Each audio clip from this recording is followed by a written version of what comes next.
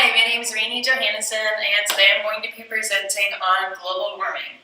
So, according to the National Wildlife Foundation, if everyone in the world lived the way that we do in the United States, it would require 5 Earths to produce enough electricity and resources just for everyone. Shockingly, just 5 countries, including the United States, can contribute to 50% of the global CO2 emissions worldwide.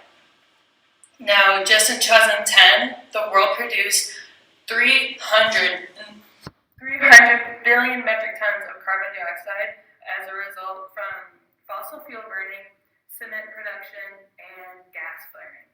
58 developing and developed countries have made pledges by 2020 to reduce their CO2 emission. However, it's projected that those pledges will result in the planet still becoming 3 degrees Celsius warmer, which shows that the damage that has already been done is in fact done, and there's nothing we can do about it but reduce the rate that global warming is happening now. And I've been interested in science, life, and nature since primary school. I've been well versed in my academics with readings and experiments in ecology about global warming, and till now I am still committed in my daily life to make sure that I can contribute to curb global warming. Why? Because global warming is happening, and it's happening now. If we don't do anything to change the trajectory that our Earth is headed due to global warming, then future generations and our planet is doomed to suffer. Therefore, my purpose today is to persuade my audience as an individual to do what they can do as their part to contribute to help save our planet. Today, I would like to share what I've learned about global warming. Secondly, I'd like to go over and identify the problems of global warming and give some examples of what causes global warming, as well as discuss what we can do on an individual level and as a group to help save our planet from global warming. So, global warming is affecting many parts of the world. For example, global warming makes the sea rise, causing the water levels to rise and impact shorelands and lowlands of islands. Now, the plants and animals on these habitats are going to be significantly affected and have been affected. With the rising water levels, plants are covered, and although animals have a better ability to adapt than these plants, the animals may as well die with the plants. Now, how does that affect humans? Well, we've already lost 2 food sources, plant food source and animal food source. Therefore, global warming impacts us all. This would be called a break in the food chain or a chain reaction where one thing causes another thing to happen and so on. So, like I said, many things can cause global warming. One thing that causes global warming, notably, is the use of electricity.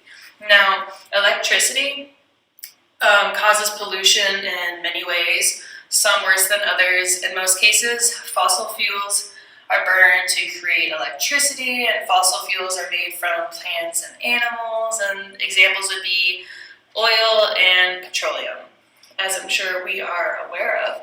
But when fossil fuels are burned to use energy, there are these chemicals that are released into the atmosphere called greenhouse gases. Now, greenhouse gases are not good. When we're emitting these greenhouse gases into our atmosphere, they're getting trapped in our atmosphere. They can't leave, they're just condensing and concentrating, and we're just getting more and more as our population grows. Now, light from the sun and heat can penetrate our atmosphere. However, it can't go back out of our atmosphere because of the high levels of pollution and CO2 and greenhouse gases. So light and heat, they're all trapped in our atmosphere, causing our Earth to get warmer, our plants and animals to suffer, and even humans are impacted, just like I had said. So, some examples of using energy and polluting the air are turning on the light, washing or drying your clothes, riding in a car, and even playing video games. When you do these things, you're causing more greenhouse gases to be sent in the air.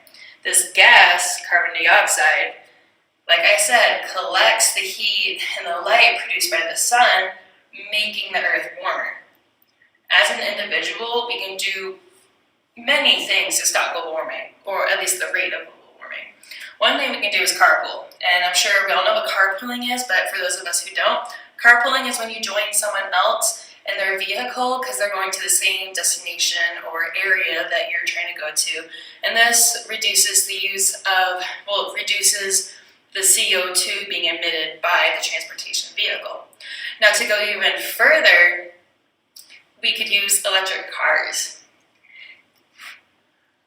in order to reduce CO2 emissions. So visualize it. Private vehicles account for 25% of the total CO2 emitted into the atmosphere. Now, with electric cars, that can be reduced to 5%. This has proved sustainable. For example, in Norway, the government has offered large subsidies to electric vehicle owners where they are allowed to use bus lanes, they get tax breaks, and even the government offers large subsidies to electrical vehicle owners. It appears that these incentives have been very successful, as all the cars in Norway today, at least 30% of them are electric. So, let's do more than imagine a greener future. Let's take steps towards making it happen. Now is the time for all leaders to step up and to take bold action. Together, we can create a community that transforms our energy systems. We can create more employment opportunities. We can improve our ocean and natural habitats, create economic prosperity as a result, and complete the transition to a zero carbon world. Maybe you don't think you can make that big of an impact, but reducing your carbon footprint can be as easy as a little jingle you see here when we were in elementary school. Reduce, reuse, recycle. In conclusion, global warming, the gradual warming of the earth from human activity, is an important concern to all of us. If you want to know why we have global warming, listen for the trees falling, watch the industrial smokestacks darken the sky, smell the fumes that are being emitted into the air. Global warming is all around us.